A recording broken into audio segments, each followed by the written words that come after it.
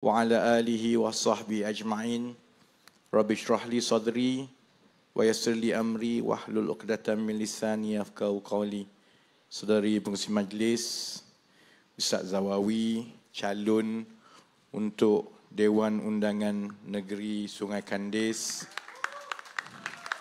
sahabat-sahabat saudara Akmal dari Saudara Steven, Dr. Rauf, sahabat-sahabat daripada Pakatan Harapan, daripada Barisan Nasional, daripada Kerajaan Perpaduan, saudara-saudari yang saya kasih sekalian.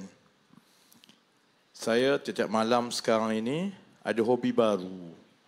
Saya akan memulakan ceramah dengan memberi liputan perkembangan kempen di sebelah Perikatan Nasional.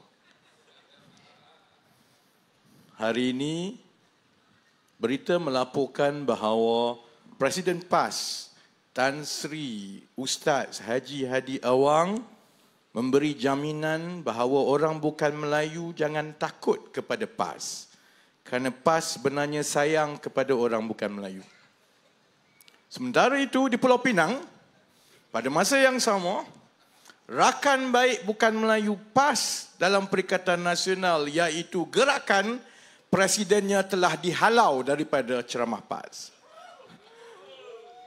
Bukan saja dihalau, tetapi tidak diberikan peluang pun untuk berjumpa dengan Hadi Awang yang baru saja beritahu dia sayang kepada orang bukan Melayu. Pada masa yang sama juga di Kedah, Menteri Besar dari PAS yang diakui oleh penyokong-penyokongnya sebagai yang paling berani, kerana dia dikatakan berani melawan Perdana Menteri, dia berani melawan menteri-menteri, dia berani melawan Sultan, tetapi dia tak berani menjawab panggilan telefon polis. Berita melaporkan bahawa Menteri Besar PAS Sanusi hari ini menambah temberang yang lebih besar. Setelah seminggu menafikan bahawa dia tidak kenal dengan seorang warga Cina yang kini sedang dicari oleh pihak berkuasa dalam siasatan mengenai dakwaan pencurian nadir bumi daripada Kedah.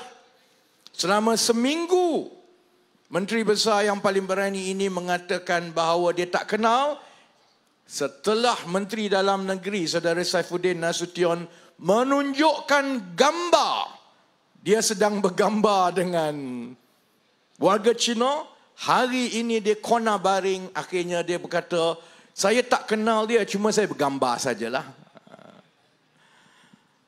Berita juga melaporkan bahawa penyokong-penyokong utama Perikatan Nasional di seluruh Kedah hari ini memuji Menteri Besar Kedah Sanusi sebagai seorang pemimpin yang serba boleh, sangat berkebolehan.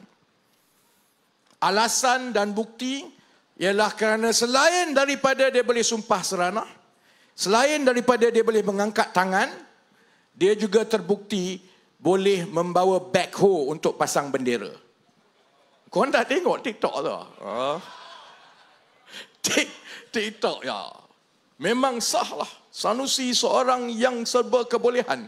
Saya tengoklah, ingat ke dia boleh lah cerita benda yang super hebat ke, dia boleh buat roket ke. Ikutlah TikTok Sanusi ni, rupanya dia berkebolehan sebab dia boleh bawa backhoe. Selain daripada dia boleh bawa backhoe, dia juga boleh main sepak takraw.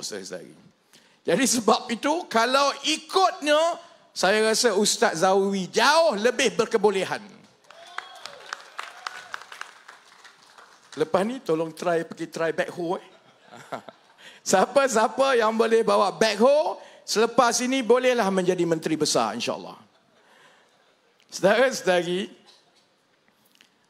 kita dalam seminggu lagi untuk masuk dalam pilihan raya 12 Ogos. Berdasarkan kepada angka, dan saya daripada 2016 lagi, memang kalau dekat-dekat dengan pilihan raya, saya akan semak tahap sokongan pengundi daripada setiap minggu. Dan setakat ini dia tak lari jauh lah. Daripada satu pilihan raya ke satu pilihan raya, dia sebenarnya tak lari jauh. Setakat minggu ini, angka menunjukkan insya-Allah kerajaan perpaduan tidak ada masalah untuk kekal berkuasa di Selangor, di Negeri Sembilan dan Pulau Pinang. Jadi buat apalah kami susah payah ceramah ni, baik duduk kat rumah tu. InsyaAllah, kecualilah selepas ini Sanusi boleh terbang, InsyaAllah saya ingat keadaan ini akan kekal sehingga kita masuk minggu depan dan kita boleh mengekalkan pentadbiran Kerajaan Perpaduan, Pakatan Harapan, Barisan Nasional dan rakan-rakan dalam Kerajaan Perpaduan di ketiga-tiga negeri yang sangat penting ini. Tapi kami semua turun. Menteri tiap-tiap hari turun, timbalan menteri. Saya memang pakai hitam, semua hitam. Sebab senang, tak payah fikir pasal baju. Sebab tiap-tiap malam kena tukar, kena turun ceramah, kena jumpa. Begitu jugalah rakan-rakan daripada DAP, daripada UMNO, daripada parti-parti yang lain. Bercakap pasal UMNO, selalu jugalah orang tanya saya, YB, selalunya wartawan lah suka tanya, YB tak rasa kekok ke sekarang ini bekerjasama dengan UMNO? Saya beritahu, setakat ini saya tak ada masalah sebab saya dalam kabinet, saya duduk sebelah Tok Mat. Dalam kabinet Datuk Seri Anwar, kemudian di sebelah kanan itu Datuk Seri Zahid, kemudian Lok, kemudian saya, kemudian Tok Mat. Dan saya dengan Tok Mat tak ada masalah lah kerana latar belakang kami hampir sama. Kami orang sektor swasta yang pernah kerja korporat dan sebagainya. Dan kedua-dua kami saya ingat memang kaki pukul mulut celupar. Jadi memang kalau ada apa-apa dalam kabinet tak ada masalah lah. Kalau paling suka kutuk orang sembang dulu kita orang dua orang. Jadi memang tak ada masalah. Bila turun ke bawah pun tak ada masalah. Malah bila datang untuk ceramah, sekarang ni kena ceramah satu pentas ni kan. Orang tanya tak kekok ke? Dia sekarang ni dia jadi macam kalau saya nak gambarkan beginilah. Dia macam dua orang lelaki yang bila jumpa, dua-dua ni pernah ada girlfriend yang tak boleh pakai.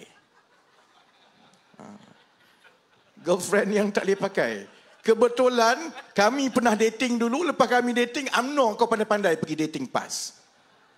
Jadi bila jumpa atas pentas semua ni, dia banyak kita nak kongsi ni. Oh dulu dia ni kan buat macam ni kat kita. UMNO pun kata, kita orang pun kena leguh teruk lagi daripada tu. Jadi kalau orang tanya kekok ke tidak, ialah selain daripada kita masing-masing ada pengalaman kena main dengan PAS dan masing-masing kita cukup faham sebenarnya PAS tidak berminat langsunglah soal mentadbir, soal kemajuan dan sebagainya. PAS hanya berminat untuk dapat kuasa supaya dia boleh letak ramai kawan-kawan dia ni semua di tempat-tempat kerajaan. Tu je minat PAS sebenarnya.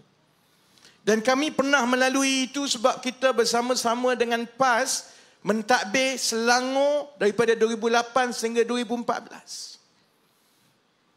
Orang PAS memang cukup marah dekat saya sebab mereka meletakkan salah satu watak yang paling kuat dulu tahun 2014 untuk tendang PAS daripada Kerajaan Negeri Selangor. Muka ni lah. Sebab saya masa itu ialah masa itu saya CEO Pejabat Penasihat Ekonomi Selangor. Tiap-tiap minggu mesyuarat antara 3 orang. Saya, Datuk Seri Anwar sebagai penasihat ekonomi dan arwah Tan Sri Khalid sebagai Menteri Besar. Saya boleh nampak daripada satu tahun ke satu tahun, PAS ketika itu tidak berminat pun dengan agenda yang kami bawa dalam Pakatan Rakyat masa itu. Dia hanya berminat untuk dapat jawatan.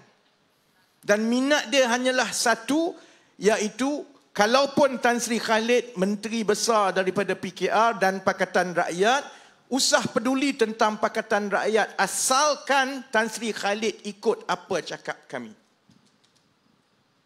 Dan sebab itu dia tak peduli keputusan bersama soal menjaga kebajikan rakyat, dia tak peduli. Dia masa itu menganggap Selangor ini ialah tapak seterusnya yang lebih baik berbanding dengan Kelantan. Sebab Selangor lagi kaya.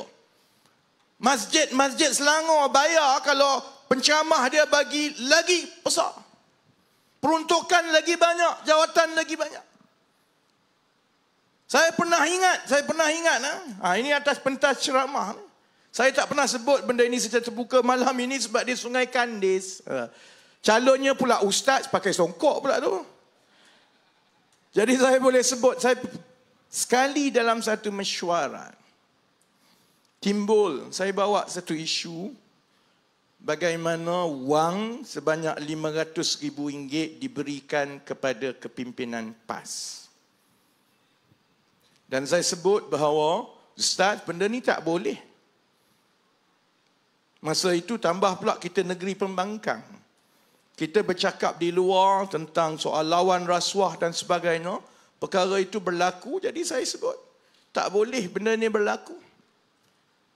Jawapan pimpinan PAS itu ialah, yang ini sebenarnya tak ada kena-mengena rasuah apa. Ini ialah sumbangan infak fisabilillah kepada kami. Saya ingat lagi, dan saya rasa yang kalau pimpinan itu dengar, dia tahu dan dia ingat masa itu. Kerana saya cukup marah. Saya kata, teruklah kalau macam itu. Sebab kalau ada wang RM500,000 tunai diberikan kepada PKR, itu dikira rasuah. Tapi kalau diberi kepada PAS, dia jadi infak. Sebab itu saya tahu ni walaun yang tengok tu, dah 10 tahun kerja dia maki saya. Dalam ramai pimpinan PKR ini 2 orang, sekarang 3 lah campur Saifuddin. Yang dia cukup benci. Dia benci kepada Anwar Ibrahim, dia benci kepada saya atas yang mereka kata sebab peranan saya tendang mereka keluar daripada kerajaan Selangor tahun 2014 dan sekarang ini Saifuddin Nasution sebab mendedahkan bagaimana mereka terlibat dalam dakwaan Nadir Bumi hilang, kena curi dekat Kedah. Maksudnya saudara-saudari, kalau orang tanya saya, susah ke nak bekerjasama dengan UMNO? Kalau kami pernah dating dengan PAS dan kami tak jadi gila, dan kami tahu sempadan bila kami kena putuskan dan tendang dia keluar, insya-Allah saudara-saudari, insya-Allah kita bila kita disatukan oleh satu hasrat untuk bela rakyat, mengambil kira semua yang telah berlaku dalam masyarakat kita, insya-Allah saya rasa tidak ada masalah untuk kita terus perkuatkan kerjasama kita dengan UMNO, dengan Barisan Nasional, dengan kawan-kawan dalam kerajaan perpaduan.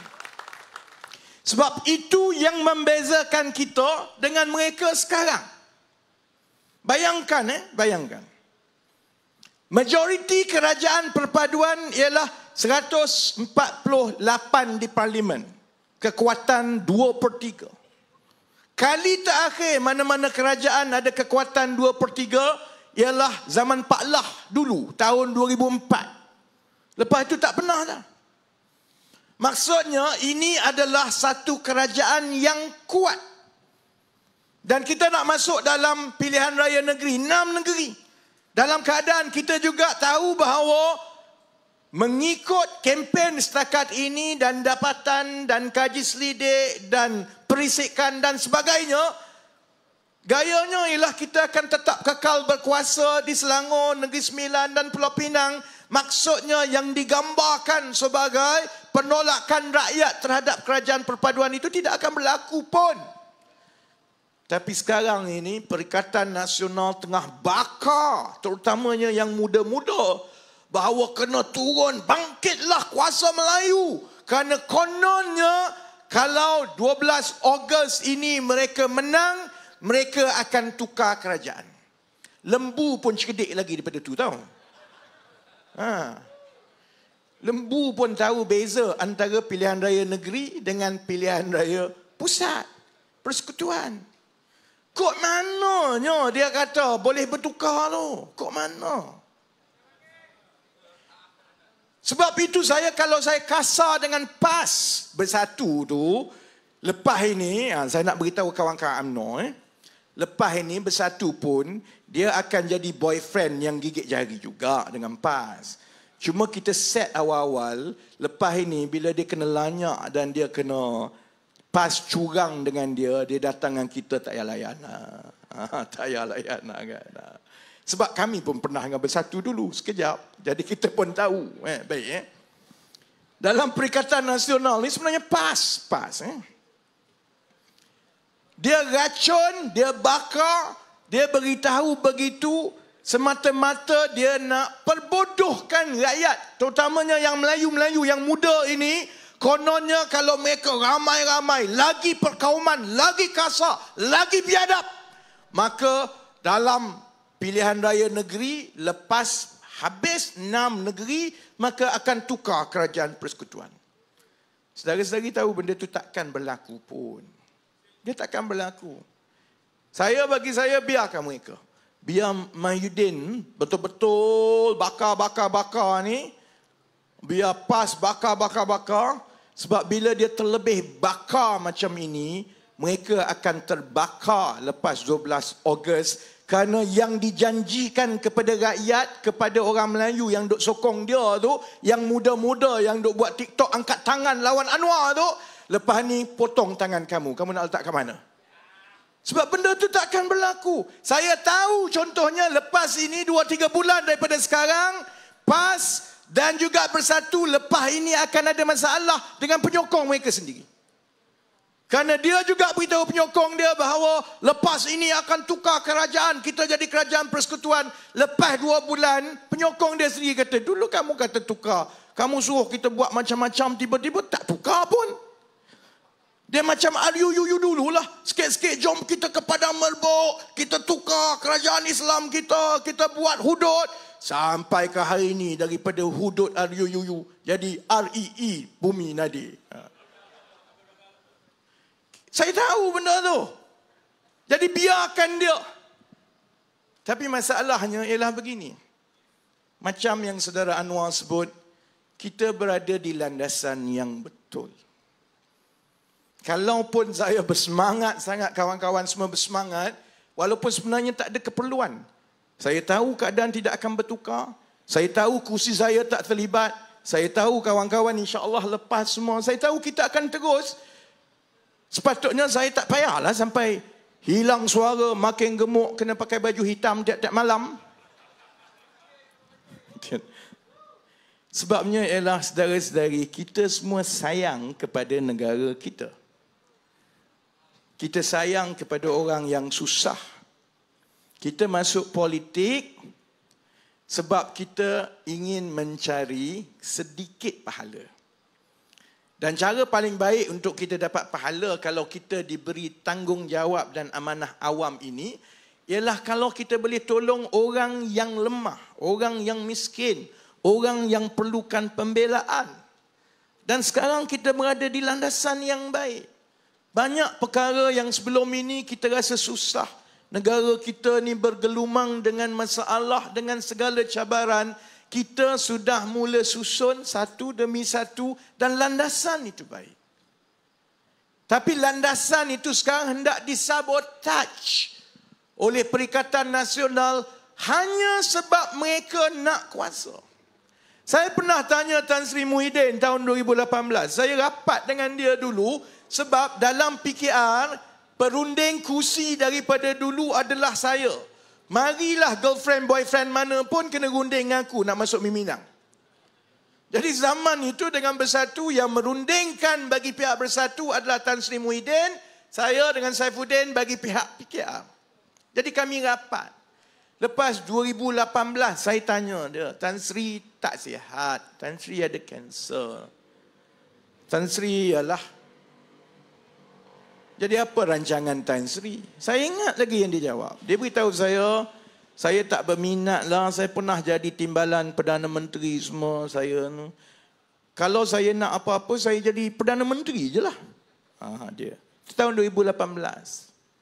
Tan Sri Muhyiddin, anda telah diberikan peluang oleh Allah untuk jadi Perdana Menteri. Tebuk atap tak tebuk atap tu belakang kira lah. Tapi Allah dah bagi pun jadi Perdana Menteri 18 bulan. 18 bulan yang derita untuk rakyat. 18 bulan yang mewariskan hutang yang sebegitu besar kepada kami sekarang. 18 bulan yang jana tak jana wibawanya, habis duit rakyat kiri kanan. 18 bulan yang kami semua dikurung. 18 bulan yang ramai orang kehilangan keluarga. Bukankah lebih baik untuk tidak lagi terus buat kacau begini? Tapi taklah. Sebab dia masih lagi nak jadi Perdana Menteri, yang PAS itu masih lagi nak seberapa banyak jawatan. Akhirnya yang mereka buat ialah mereka terus bagi gambaran dan meracun, terutamanya Melayu yang muda-muda, bahawa kononnya bila ada gelombang yang besar, ini akan menjatuhkan kerajaan perpaduan. Saya sebenarnya tak kisah pasal itu, kalau tidak kerana itu ada kesan kepada keyakinan pelabur-pelabur asing kepada negara kita. Kita ambil alih kerajaan perpaduan dan pentadbiran ini dalam keadaan yang mencabar. Kita ada cabaran dunia. Pertumbuhan ekonomi dunia semakin rendah. Kemudian kita juga ada cabaran dari segi kenaikan harga barang. Masa kita mula-mula ambil alih itu, Perikatan Nasional tinggalkan kadar inflasi yang paling tinggi. Sejak bila pun saya tak ingat dah. Dia dah dekat 5% masa tu. Malaysia jarang. 3% pun jarang. Zaman dia dah dekat 4.8%. Kalau tak tukar tu dia naik sampai ke 5%. Kita ambil alih pentadbiran dalam keadaan hutang sampai 1.5 trilion. Bayar bunga saja dekat 20-30 bilion setahun. Baik. Jadi pelabur-pelabur asing, dia tengok kat Malaysia. Dia kata, yalah Malaysia ni dah lah nampak macam tak ada industri baru. Lepas tu nampak macam bergolak lagi, masih lagi bergaduh. Sebelum itu asyik bertukar Perdana Menteri. Jadi dia tunggu sekejap. Kemudian nak dijadikan cerita pula, Amerika Syarikat terus naikkan kadar faedah dia. Lagi naik, lagi payah kita. Kerana bila dia naikkan kadar faedah dia, pelabur kata daripada aku letak duit dekat Malaysia, baik aku simpan dekat US. Lagi banyak pulangan. 4-5%. Kat Malaysia, 3% je. Dah payah lagi kita. Kemudian dalam tempoh 5-6 bulan pertama, walaupun duk tanyalah, apa kamu buat, apa kajian buat, apa kajian buat. Saya bersabar sebab bayangkan keadaan dia begini kan. Kalaulah kita buat macam itu kepada kerajaan PAS Kelantan 33 tahun. Bukan 6 bulan, 33 tahun. Kalau dulu, saya ingat masa saya kecil-kecil lah dah. Saya orang Terengganu kan. 3 suku darah Kelantan. Saya orang Besut. Jadi, yalah banyak keluarga Kelantan. Saya ingat masa saya kecil-kecil dulu, air Kelantan tak adalah macam Starbucks sekarang. Adalah jernih lah sedikit. Yang dulu-dulu lah. Hasil daripada 33 tahun mereka memerintah, Starbucks pun tak nak buka dekat Kelantan. Tak boleh buat peniaga. Air itu makin teruk. Agaknya karat makin teruk dalam paip. Sebab 33 tahun kau buat apa sebenarnya? Tapi kita tak ada lah buat bising macam tu. Tak ada ratib tiap-tiap hari. Kita tak ratib kat dia tanya, yang dulu kamu seret pakcik-pakcik tua daripada seluruh Malaysia pergi berkumpul kat Padang Merbuk. Bergaduh kononnya nak buat hukum hudud. Mana hudud kamu? Kamu ada 33 bulan masa dalam kerajaan. Tak ada hudud. Kita tak adalah kata macam tu sebab kita tahu bahawa fokus kita ialah rakyat dan negara. Yang kita nak tumpu ialah macam mana nak bawa negara dan ekonomi ke landasan yang betul. Dan untuk itu kita tumpukan 4-5 bulan. Dia nak bising-bising lah. Dia nak kempen jatuhkan kerajaan ikut suka kamu lah. Kita perlukan 4-5 bulan yang pertama sejak kita ambil alih itu untuk kita rangka dasar yang baru-baru ini Datuk Seri Anwar lancarkan sebagai ekonomi madani. Baik, orang tanya, kenapalah lama sangat kamu tak buat apa-apa? Korang pernah semak tak sebelum ini, kerajaan-kerajaan sebelum ini, lama mana yang diambil masa untuk menghasilkan satu pelan ekonomi. Datuk Seri Najib dulu lebih kurang 12 bulan. Ambil alih April 2009, lancar di Parlimen sekitar Ogos, tak silap saya, 2010. Kemudian zaman Pakatan Harapan, saya tak tahu Azmin ada buat apa-apa tak. Saya tengok kerja dia duk ikut Mahathir pergi mana-mana. Jadi saya tak ingat dia ada lancar apa ke tak lancar, saya pun tak tahu. Kemudian Tan Sri Muhyiddin Yassin jadi Perdana Menteri, dia tak lancar apa-apa pun. Dia tutup pintu kita ada lah. Tak ada.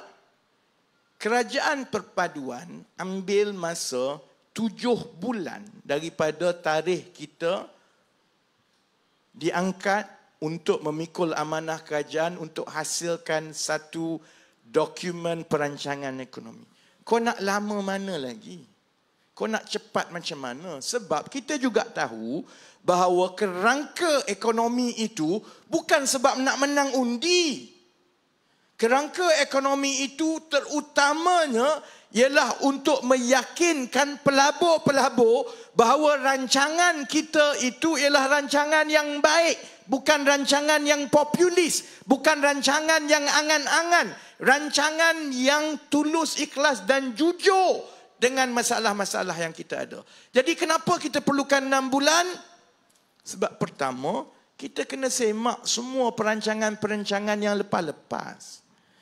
Sebab itu kalau tengok Sanusi, Sanusi, dia bagi gaya macam Kedah ini negeri yang paling hebat di seluruh Asia. Kempen dia sekarang Greater Kedah. Aku tak tahu kok mana yang Greaternya. Dia tiru daripada Kelang Valley, Lembah Kelang. Lembah Kelang, walaupun kita ada Selangor dan kita ada wilayah, kita ada satu perkumpulan ekonomi yang sama, iaitu Lembah Kelang. Jadi bila kita nak merancang mengenai ekonomi di Selangor, di Lembah Kelang, sebab itu kita tak boleh tengok Kuala Lumpur saja atau Selangor saja. Kita kena tengok secara keseluruhan, sebab itu dipanggil sebagai Greater Kelang Valley. Sanusi ni agaknya, dia kemaruk sangat nak datang Selangor. Sebab orang tanya dia, kenapa kamu tak majukan Kedah? Dia kata kalau kami dekat dengan KL pun kami maju juga. Tu saya kata macam itu senang lah. Siapa-siapa menang, manifesto dia sebagai Menteri Besar Kedah, kalau saya menang, saya akan ambil Pulau Pinang. Kalau saya menang, saya akan ambil Kuala Lumpur jadi sebahagian daripada Kedah. Saya melawak je. Tengok dia buat betul saudara-saudari. Kempen dia sekarang Greater Kedah. Kedah tu besar tu lah. Kau nak ambil yang mana lagi? Greater Kedah. Lepas itu tengok dia punya cara sembang tu, cara dia macam semua ini hanya berlaku sejak dia jadi Menteri Besar. Kalau dekat billboard besar-besar, soal loji air. Macam mana langkah-langkah dia untuk menyelesaikan masalah air di Kedah. Dia sembanglah cerita pasal loji air baru gini. Exco air daripada Pakatan Harapan sebelum dia tebuk atap, Saudara Zamri, kemudian jawab mudah.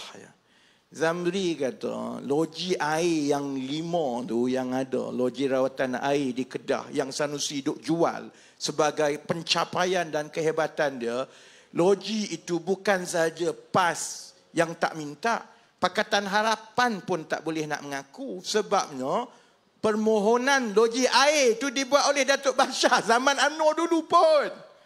Daripada zaman Datuk Bashar, Menteri Besar Kedah dulu yang minta 5 loji air tu.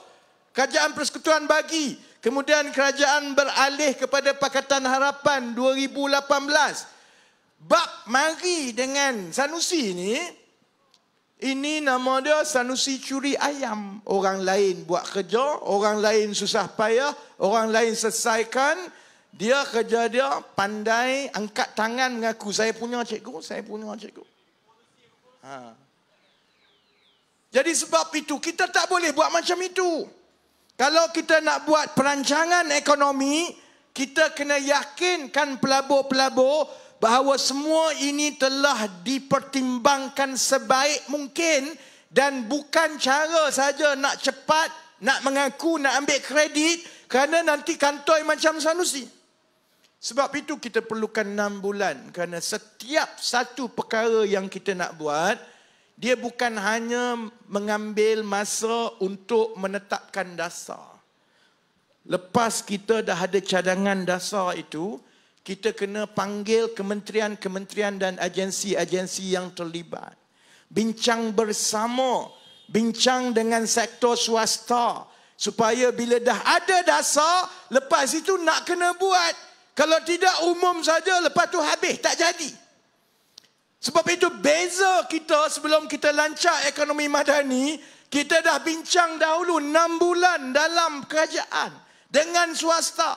Sebab itu bila saya lancarkan pelan peralihan tenaga, kita bukan saja umum, kita umum 10 projek mega bernilai 25 bilion. Sebab apa? Sebab kita dah bincang dah dengan Petronas, dengan TMB, dengan Khazanah, dengan Sime Darby. Kita dah bincang, kita dah tahu siapa akan buat apa, bila dan sebagainya. Sebab itu saudara-saudari, dengan dokumen itu dan dengan beberapa signal ekonomi yang kita bagi, alhamdulillah, dalam sebulan yang terkini ini bukan saja soal inflasi dah turun, saudara-saudari tengok pasaran saham makin baik. Mata wang makin mengukuh. Adalah perubahan macam-macam. Semalam contohnya, Amerika Syarikat tak habis batuk lagi, letih. Tiap-tiap bulan dia batuk ekonomi dia. Dah okey sikit, semalam dia batuk lagi. Sebab semalam rating kredit Amerika Syarikat diturunkan. Bila diturunkan, semua orang takut. Bila ada orang takut, dia goyang. Tapi alhamdulillah, walaupun itu ada kesan kepada seluruh dunia, ada kesan kepada kita, tapi dia tak jatuh dan memperlambatkan pertumbuhan yang kita dah tengok, signal positif daripada pelabur yang kita dah tengok dalam tempoh 1 bulan yang lepas. Landasan itu baik, saudara-saudari. Sebab itu saya, kawan-kawan semua kempen cukup-cukup untuk kali ini. Sebab itu juga kepada sahabat-sahabat yang akan mengundi di Sungai Kandis, saudara-saudari kena faham, ini bukan soal untuk kekal berkuasa di Selangor. InsyaAllah dia tak ada masalah, akan kekal berkuasa. Tak ada masalah langsung setakat ini. Tapi saya tak nak kalau kita lalai dan alpa, terutamanya sahabat-sahabat yang bukan Melayu, kalau tak keluar mengundi.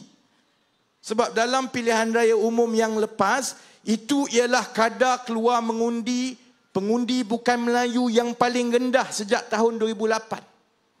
Sekitar 68% je. Selalunya pengundi bukan Melayu keluar sampai 83% tiap-tiap pilihan raya umum.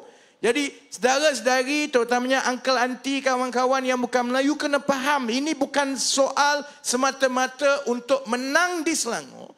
Kerana kalau signal itu tidak baik, Perikatan Nasional akan terus buat kacau dan kacau itu akan menakutkan pelabur, maka segala landasan yang kita berdikit-dikit makin baik ini, maka itu akan merencatkan balik peluang kita untuk menjadi kuasa ekonomi di Asia Tenggara semacam yang kita rancang.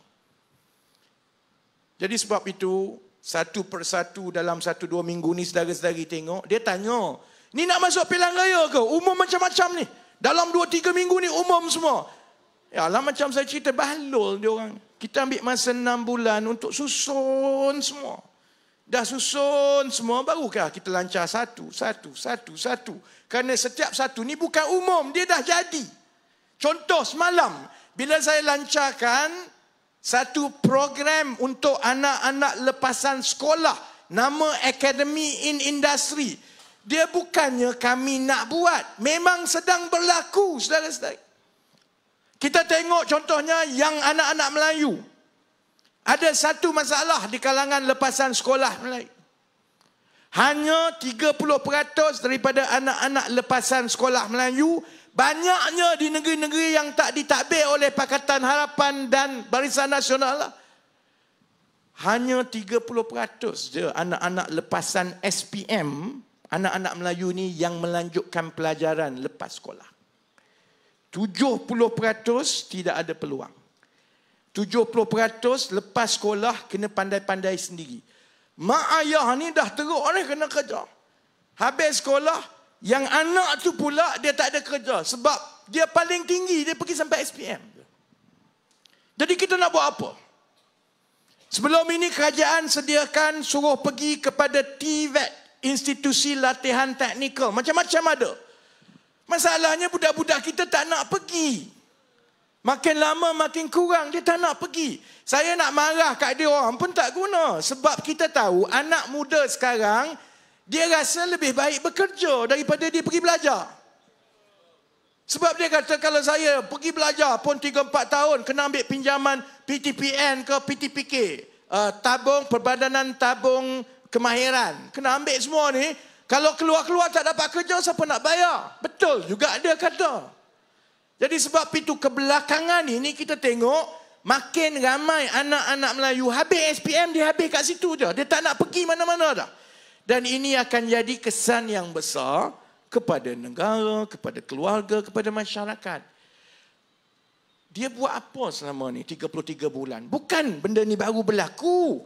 Benda ni daripada dulu pun. Memang dah ada.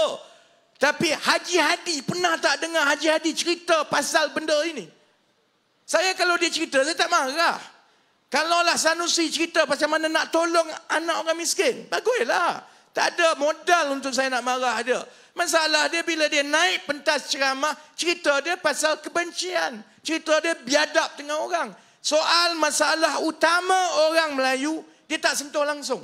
Masalahnya yang muda-muda ni apa nak jadi lepas ini. Sebab itu 3-4 bulan dah kita dah usahakan, kita mengambil jalan begini. Mengambil kira bahawa anak-anak muda sekarang, mereka tak nak melanjutkan pelajaran, dia nak kerja terus. Dan pada masa yang sama, kilang-kilang dan juga syarikat-syarikat kita sebenarnya memerlukan pekerja tempatan. Sebab dia tak cukup pekerja.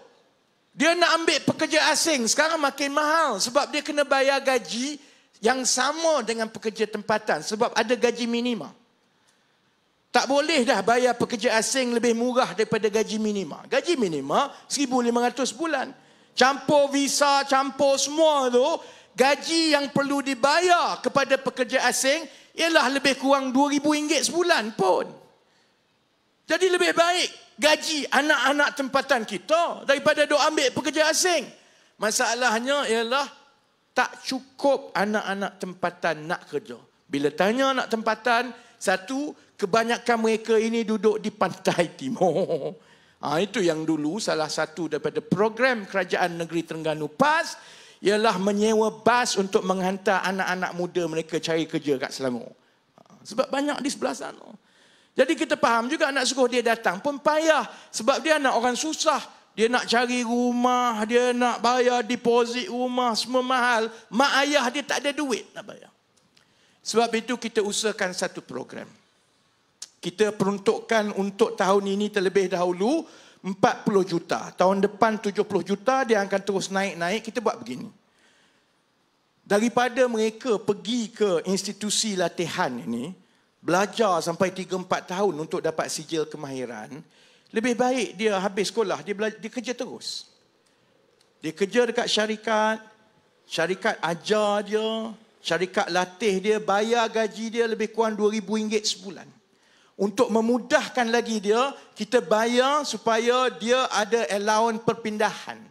Supaya dia sewa rumah, dia duduk kongsi sama dia. Kerajaan dan swasta susun. Kita cari, kamu 5 orang daripada kampung ini datang duduk kat rumah macam ini. Setiap seorang allowance perpindahan 1,500. Kamu boleh bayar semua, kamu kerja, aku latih kamu. Baik, orang PAS ni walaupun mesti kata, alah apa susah sangat, dulu kan dah buat, apa yang barunya? Dulu tak boleh macam tu saudara-saudari. Sebab sebelum Academy in Industry yang kita lancarkan ini, syarikat-syarikat swasta tidak dibenarkan untuk mensijilkan anak-anak ini. Jadi dia kerja hebat macam mana pun 3-4 tahun, dia tetap tidak ada kelulusan. Dia hanya SPM. Sebab itu dia kata tak nak lah, buat apa. Tapi kalau nak pergi kepada institusi TVET, dia pun tak nak. Jadi kita pun ambil jalan seperti mana yang dibuat di negara seperti Jerman. Kita pastikan bahawa syarikat-syarikat yang nak menyertai skim ini, mereka tampil ke hadapan jabatan kerajaan, iaitu Jabatan Pembangunan Kemahiran. Mereka akan audit setiap syarikat ini, tengok latihan macam mana, mesin macam mana, temu ramah dan uji pelatih-pelatih, tengok segala keperluan. Kalau mereka memenuhi keperluan untuk mensijilkan, layak untuk bagi sijil, maka kita sekarang pindahkan kuasa itu kepada syarikat-syarikat swasta ini untuk mereka mensijilkan anak-anak kita supaya dia kerja, dapat gaji 2,000 tiap-tiap bulan dan lepas 18 bulan dia ada sijil kemahiran. Bila dia dah ada sijil kemahiran, dia kerja lagi, dia boleh disijilkan kepada diploma pula. Dan bila dia kerja lagi, lepas itu baru kita boleh angkat dia, sijilkan dia pula menjadi ijazah. Jadi bayangkan, yang ini ada orang muka dah berkerut dah. Sebab masa kami duk susun, kami dah buat test, 10 syarikat pertama, 100 orang yang pertama dah buat ni, lama-lama ada soalan ini. Jadi dia kata, macam itu baik tak payah pergi universiti. Memang betul lah. Untuk mereka yang tak nak pergi universiti, ada jalan baru. Kerana kalau pergi universiti, dia pergi ambil PTPTN 6 tahun, umur 24, sibuk cari kerja, dapat gaji 2,000 lebih. Dia kata, tak berbaloi. Ya? Sebab kalau dia ambil jalan ini, jalan TVET yang kerajaan buat ini, dia mula kerja umur 18 tahun. Gaji dalam 2,000 sebulan. Lepas 18 bulan, dia disijilkan. Gaji masa itu dah naik 2,003. Kemudian daripada itu dia naik diploma 3,000. Maksudnya umur dia awal 20-an, dia dah boleh dapat gaji lebih banyak daripada gaji Sanusi masa dia umur 20-an. Sebab dia lebih berkemahiran, dah ada diploma, semua dah ada pengalaman kerja. Jadi saudara-saudari, benda ni penting. Sekarang sasaran kita sampai akhir tahun, kita berbaki 5 bulan ini, kita yakin kita boleh latih dan ambil anak-anak lepasan sekolah seramai 20,000 orang. Sebab dah ada 200 syarikat yang telah ditauliahkan sebagai berkelayakan untuk mensijilkan anak-anak lepasan sekolah. Dan mereka ini semua syarikat-syarikat besar. DRB, Highcom, CTRM, syarikat elektronik antarabangsa semua. Sebab itu saya kata, kalau kita berlawan dengan mereka, dia bukan soal kuasa, saudara-saudari. Sahabat-sahabat UMNO pernah berada di luar kuasa. Dulu orang kata UMNO ni tak boleh hidup, tak ada kuasa. Semua masing-masing kita pernah hidup sebagai pembangkang tak ada kuasa. Kita tahu bahawa amanah dalam kerajaan itu datang dan pergi. Ada masa kita dalam kerajaan, ada masa kita di luar. Kita dah biasa dah. Tapi yang kita pertahankan ini, ialah kerana kita di landasan yang baik dan kita yakin yang kita usahakan akan bawa rahmah, membantu lebih ramai anak-anak orang susah yang sebahagiannya orang Melayu pun. Sebab itu saya minta, ni nak habis dah ni sebab sekarang musim pilihan raya, tersalah cakap dia tak boleh bertanding. Mampu kita.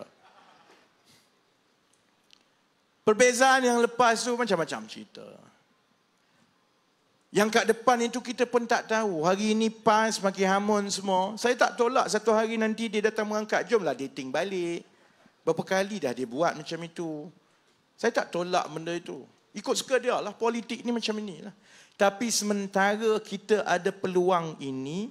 Dan ini adalah persimpangan sejarah negara kita yang penting untuk kita bantu rakyat. Kita perlu tumpu kepada membina semula negara dan masyarakat kita. Untuk itu kita kena satu padukan semua. Tolak soal kebencian. Tolak soal perkara-perkara yang tak membantu kita pun. Tumpu soal kebajikan dan soal membina ekonomi kita. Lepas itu korang nak lawan, lawanlah. Lepas itu siapa nak bertanding? Satu kursi dekat Sri Kandes ni sampai 80 calon. Bertandinglah.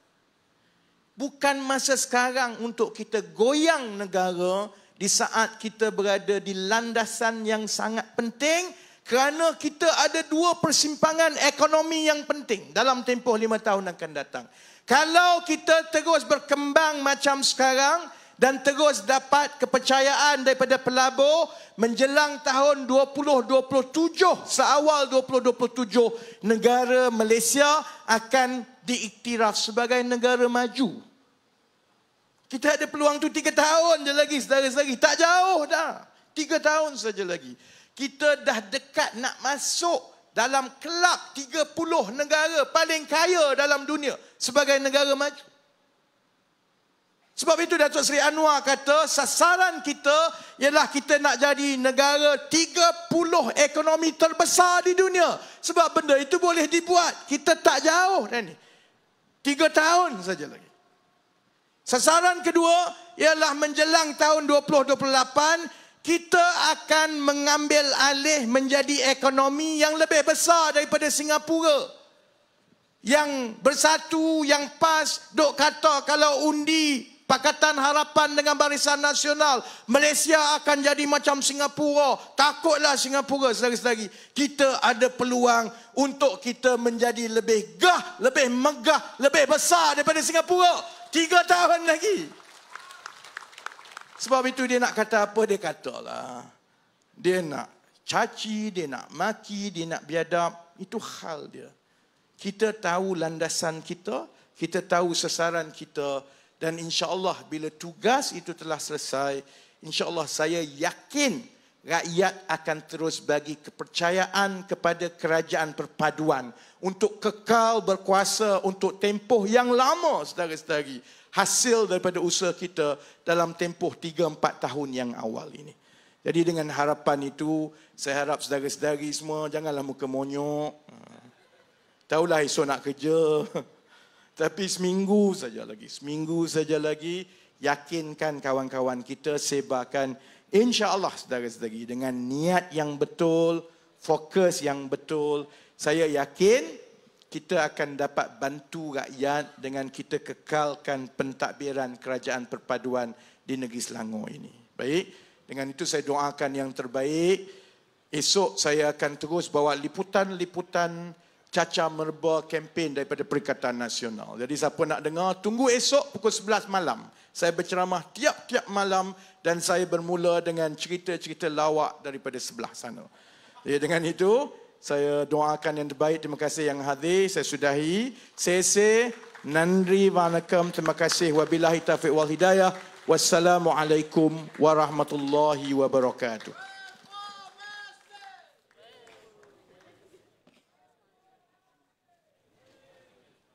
Terima kasih saudara Rafizi atas ceramah itu tadi.